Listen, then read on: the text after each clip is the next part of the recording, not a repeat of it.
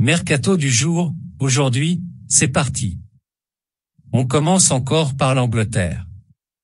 Chelsea songerait à Ronaldo.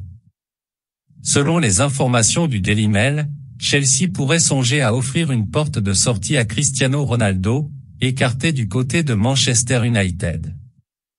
Son agent Rory Mendes et Todd Boehly, propriétaires des Blues, discuteraient de cette possibilité en vue de janvier. D'après The Athletic, United pourrait le laisser partir librement et sans aucune indemnité de transfert. Notre avis, bien que difficile, voir CR7 partir en janvier n'est plus si impossible. Surtout si la situation avec United ne s'arrange pas. Paris viserait Pau Torres. L'information est révélée par l'équipe ce lundi. D'après le quotidien, Pau Torres, sous contrat avec Villarreal jusqu'en 2024, est dans les petits papiers du PSG pour l'hiver prochain.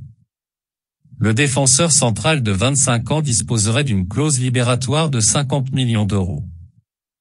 Notre avis, la priorité du PSG reste Skriniar, qui pourrait négocier une venue libre en fin de saison. Mais Torres en plan B, c'est plus qu'intéressant. United sur le trace de Moussa Dembélé? On reste du côté de l'Angleterre et Manchester. Selon le Daily Mirror, United pisterait 3 joueurs pour renforcer son secteur offensif, Jonathan David, LOSC, Moussa Dembélé, Well et Patrick Schick, Bayer Leverkusen. Erik ten Hag aurait validé ces 3 profils. Notre avis, tout dépendra probablement de l'issue du dossier Ronaldo. Mais Manchester prépare déjà la suite. Branco van den Boomen est courtisé. Selon les informations de Fabrizio Romano, les performances de Branco van den Boomen avec le TFC sont scrutées de près par des clubs italiens, espagnols, allemands et français. Le contrat du joueur expire en juin prochain, ce qui pourrait lui permettre de se libérer gratuitement en fin de saison.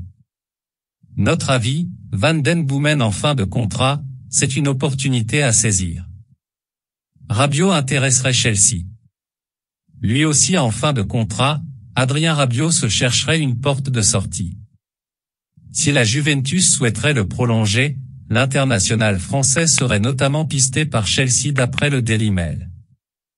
Le quotidien britannique précise qu'Hakim Ziyech, de son côté, est annoncé sur le départ. Notre avis, Rabiot semble prendre son temps, histoire d'étudier toutes les offres sur la table. Une décision n'est pas imminente. Le Sporting CP ne peut pas recruter CR7. Interrogé au sujet d'un possible retour de Cristiano Ronaldo, Ruben Amorim, l'entraîneur du Sporting CP, s'est montré catégorique: nous n'avons pas l'argent pour payer son salaire. Il est heureux à Manchester mais il ne joue pas, donc c'est le problème, c'est un grand joueur mais un joueur de United. Tout le monde ici rêve de son retour, donc je ne veux pas en parler. Notre avis, l'idée est romantique, mais visiblement impossible. Ronaldo ne reviendra pas dans son ancien club. L'OM vise 2 joueurs offensifs cet hiver. Selon les informations de l'équipe, Pablo Longoria, le président de l'OM, aimerait recruter 2 joueurs offensifs cet hiver. L'objectif? Renforcer la rotation en attaque et donner de nouvelles munitions à Igor Tudor. Pour rappel, Gerson, lui, devrait faire ses valises lors du prochain mercato hivernal, comme l'a confirmé son père ces dernières heures. Notre avis, Longoria est toujours très actif sur le marché, en quête d'occasion à bon prix pour l'OM. Galtier n'oublie pas les jeunes. C'est un message fort lancé par Christophe Galtier, mardi soir, après la victoire face au Maccabi Haïfa, 7-2. Le technicien parisien a assuré qu'il n'oubliait pas les jeunes joueurs du club, comme Warren Zaïre-Emery, qui a disputé ses premières minutes en Ligue des Champions. Parce que Warren Zaïre-Emery montre à l'entraînement, en préparation et en Youth League, il me paraissait important d'envoyer un signal à nos jeunes. Si on travaille bien, qu'on a la qualité, qu'on est très professionnel, on peut jouer au Paris Saint-Germain, a prévenu le technicien parisien. Notre avis, le PSG a toujours des jeunes joueurs très intéressants dans son académie. Pas simple de s'y frayer un chemin, mais le vent semble un peu tourner. Arsenal prêt à dépenser cet hiver?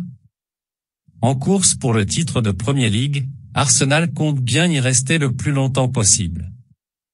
Ainsi, d'après The Sun, les Gunners pourraient disposer d'un budget d'un peu moins de 60 millions d'euros pour le prochain mercato hivernal. Avec pour but de renforcer l'effectif de Mikel Arteta et tenir tête jusqu'au bout à Manchester City et Pep Guardiola. Notre avis, le début du renouveau pour Arsenal? Possible. Ce début de saison est plus que prometteur. Di Maria confirme son envie pour sa fin de carrière. Ángel Di Maria n'a peut-être pas choisi le bon timing pour confirmer de nouveau ses envies pour sa fin de carrière. Au lendemain de la défaite de la Juventus Turin sur la pelouse du Benfica, et donc l'élimination des siens de la C1, l'international argentin a confirmé son rêve de retourner dans le club de Rosario Central pour la fin de sa carrière. Ce n'est pas simple, mais j'en rêve, a confirmé l'ancien joueur du PSG. Notre avis, il est probable que Di Maria retourne en Argentine après le mondial, probablement l'été prochain. Quel avenir pour CR7? Au lendemain des informations publiées par le Daily Mail, qui indiquaient que Chelsea pourrait songer à recruter Cristiano Ronaldo, The Sun informe que Newcastle et Arsenal pourraient également être des destinations possibles en janvier. Toutefois, une source proche du joueur aurait indiqué au quotidien britannique que le Napoli tiendrait également la corde en Italie. Notre avis, le départ de CR7 semble se rapprocher, même si les destinations envisagées restent à prendre avec des grosses pincettes. Bonne nouvelle, Haller s'est entraîné sur les terrains de l'Ajax. Bundesliga, victime d'un cancer depuis juillet dernier, Sébastien Haller s'entraîne depuis ce mardi sur les terrains d'entraînement de l'Ajax Amsterdam, son ancien club de 2021 à 2022. En effet, l'attaquant international ivoirien, transféré l'été dernier au Borussia Dortmund, effectue sa convalescence aux Pays-Bas. Pour l'heure, sa date de retour en compétition est inconnue. Enfin des bonnes nouvelles pour Sébastien Haller. 13e du classement du Ballon d'Or le lundi 17 octobre, et présent lors de la cérémonie au Théâtre du Châtelet, l'attaquant international ivoirien, transféré l'été dernier au Borussia Dortmund et victime d'un cancer des testicules, s'est entraîné mardi sur les terrains de l'Ajax Amsterdam. En effet, Sébastien Haller effectue sa convalescence aux Pays-Bas. Il nous a demandé s'il pouvait venir à l'entraînement parce qu'il est ici en rééducation. Alors bien sûr, c'est merveilleux qu'il puisse être là pendant un moment, a indiqué Alfred Schröder, l'entraîneur de l'Ajax Amsterdam, où Sébastien Haller a évolué entre 2021 et 2022. En revanche, la date de retour à la compétition pour l'ancien joueur de l'Eintracht Francfort est encore inconnue. Notre avis, c'est vraiment une bonne nouvelle pour le football, ses joueurs, ses supporters et nous lui souhaitons une très belle continuation, tout le monde est content. Voilà, c'est pour tout aujourd'hui, j'espère que la vidéo vous a plu, n'hésitez pas à la liker, partager et surtout vous abonner pour ne pas rater mes prochaines vidéos. Merci.